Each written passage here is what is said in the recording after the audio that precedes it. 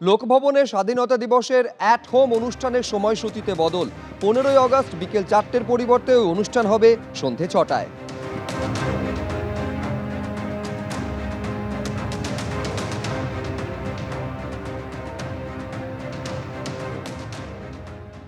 অভয়াকাণ্ডে অবশেষে গ্রেফতার করা হলো পানিহাটির প্রাক্তন তৃণমূল বিধায়ক নির্মল ঘোষকে।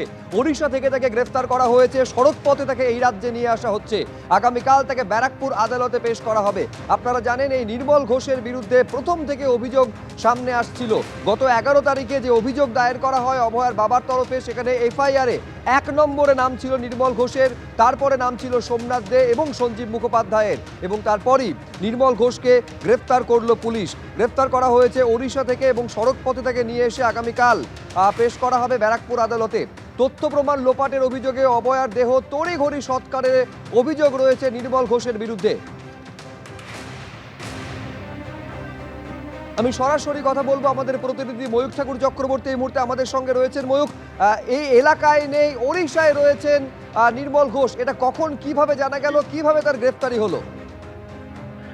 দেখো, গত 11 তারিখ যখন অভয়ার পরিবারের সদস্য অভয়ার বাবা লিখিত অভিযোগ খড়দা থানায় রুজু করলেন, তারপরই পুলিশ আধিকারিকরা তদন্ত শুরু করেন। এই কেসে তুমি যেমনটা বললে, এফআইআরে 1 নম্বরে নাম ছিল পানিহাটির প্রাক্তন তৃণমূল বিধায়ক নির্মল ঘোষের, এবং তারপর দেখা যায় যে নির্মল ঘোষ বাড়িতে নেই, এবং তার বিভিন্ন সূত্র মারফত যেটা খবর পায় রাজ্য পুলিশের ব্যারাকপুর কমিশনারেটের ডিডি এবং তার সঙ্গে খড়দা থানার আধিকারিকরা, যে উড়িষ্যায় রয়েছেন নির্মল ঘোষ। এরপরই ব্যারাকপুর ডিডি এবং খড়দা থানার একটা টিম তারা জয়েন্টলি একটা রেড করে, এবং সেই তল্লাশি অভিযানেই কিন্তু এই নির্মল ঘোষকে অ্যারেস্ট করা হয়েছে।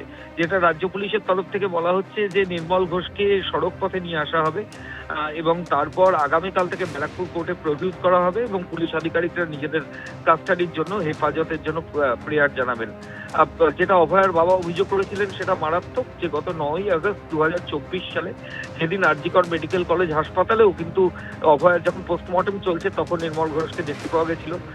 তিনি যে বিল্ডিং রয়েছে অ্যাডমিনিস্ট্রেটিভ বিল্ডিং, সেখানে তৎকালীন প্রিন্সিপালের সঙ্গে মিটিং করেন, এবং তারপর সেখান থেকে বেরিয়ে আসেন এবং দাবি করেন স্থানীয় বিধায়ক, যেহেতু পানিহাটিতে অভয়া বাড়ি পানিহাটিতে, সেখানকার বিধায়ক হিসেবে তিনি আরজিকরে এসেছেন, সেই দাবি করে তিনি সেখান থেকে বেরিয়ে যান।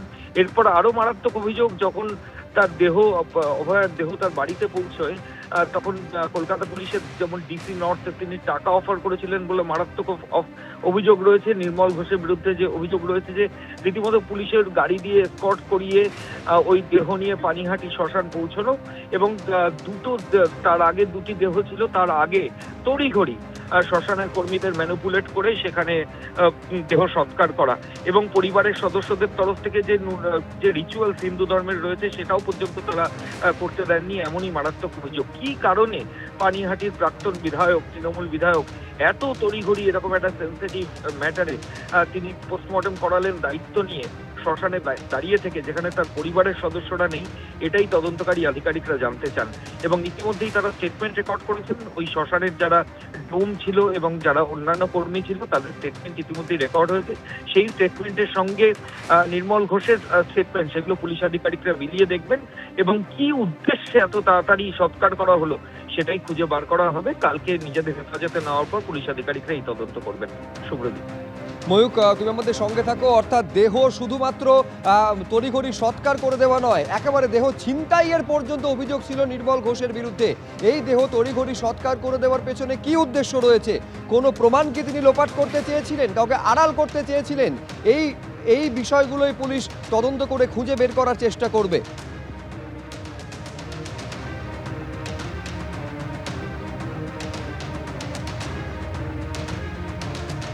নতুন করে যে এফআইআর রুজু করেছিলেন অভয়ার বাবা, সেখানে 3 জনের নাম ছিল। প্রথম নাম ছিল নির্মল ঘোষ, পানিহাটির প্রাক্তন তৃণমূল বিধায়ক।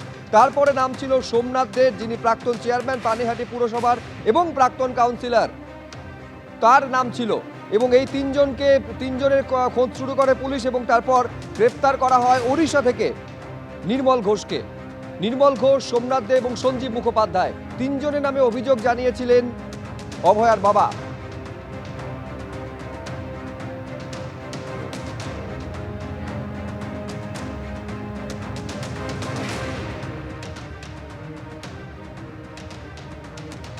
এই প্রশ্ন, এই অভিযোগ প্রথম থেকে এসেছিল যে কেন তড়িঘড়ি দেহ সৎকার করে দেওয়া হয়েছিল অভয়ার, যাতে নেতৃত্ব দিয়েছিলেন নির্মল ঘোষের নামে অভিযোগ উঠেছিল সোমনাথ দের নামে এবং সঞ্জীব মুখোপাধ্যায়ের নামে। গত 9 তারিখে নতুন করে তদন্ত শুরুর নির্দেশ দিয়ে কি বলেছিলেন রাজ্যের মুখ্যমন্ত্রী, দেখুন।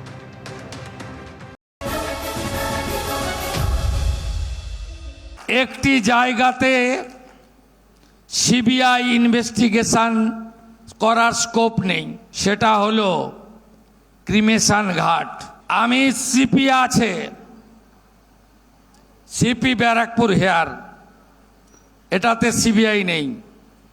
Please start new case and take appropriate action. আশ্চর্য হয়ে যাবেন, সিরিয়াল 3-তে ছিল, 1 করেছে। ক্রিমিশন কস্ট দিতে হয়, ক্রিমিশন কস্ট বাড়ির লোক দেয়নি, সিগনেচার করতে হয় বাড়ির লোককে, নো সিগনেচার। এখানে নির্মল ঘোষ, সোমনাথ দে, সঞ্জীব মুখার্জি,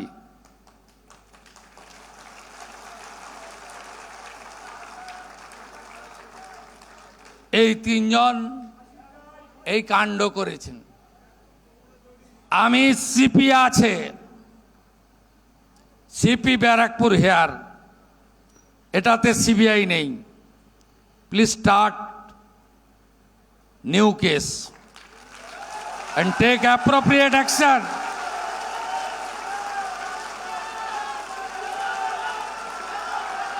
আমার যা করার আছে করব। অভয়া বলিনি, অভয়া বলিনি, অভয়া বলিনি, অভয়া বলিনি। মানুষ আমাদের জিতিয়েছে অভয়ার বিচার দিতে। আমার লিমিটেশনের মধ্যে আমি কমিটেড, আমি কমিটেড, আমি কমিটেড। মুখ্যমন্ত্রী এই নির্দেশ দেওয়ার পরই থানায় অভিযোগ দায়ের করেন অভয়ার বাবা। যে অভয়ার বাবার অভিযোগের ভিত্তিতে এফআইআর রুজু হয়, যে এফআইআরে 1 নম্বরে নাম ছিল নির্মল ঘোষের। আমি তারপরে দর্শকদের সামনে রাখবো 11 তারিখে এই অভিযোগ দায়ের এবং যার ভিত্তিতে এফআইআর। কি বলেছিলেন সেদিন অভয়ার বাবা, দেখুন। প্রশাসনের পক্ষ থেকে আলাদা করে এফআইআর করা হবে, এফআইআরটি কি শুরু হয়েছে? হ্যাঁ, এটা শুরু হয়েছে। সেই অভিযোগ কি আপনারা আগে জানিয়েছিলেন পুলিশকে? না, আগে জানায়নি, জানানো হয়েছে। পুলিশ স্বতঃপ্রণোদিতভাবে মামলা করে ব্যাপারটা চেষ্টা করছে ব্যাপারটাকে। আজকে আপনারা থানায় গেলেন, নতুন আইসির সাথে কি কথা হলো? এলাকার বিভিন্ন ঘটনা নিয়ে কথা হয়েছে, বিভিন্ন এলাকায় শান্তি শৃঙ্খলা। নির্মল ঘোষ, সোমনাথ দে আর হ্যাঁ, সে তো মুখ্যমন্ত্রী নিজে প্রকাশ্যে বলে গেছেন, বলেছেন এই ব্যাপারটা দেখতে।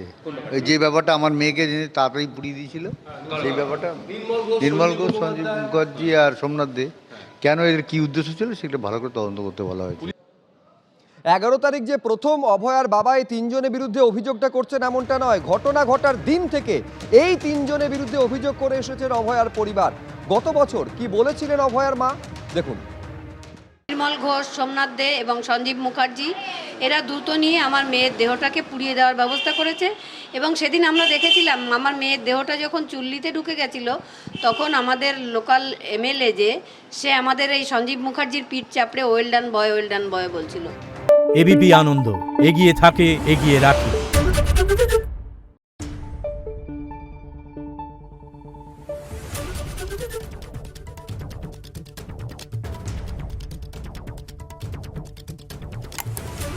Thank you.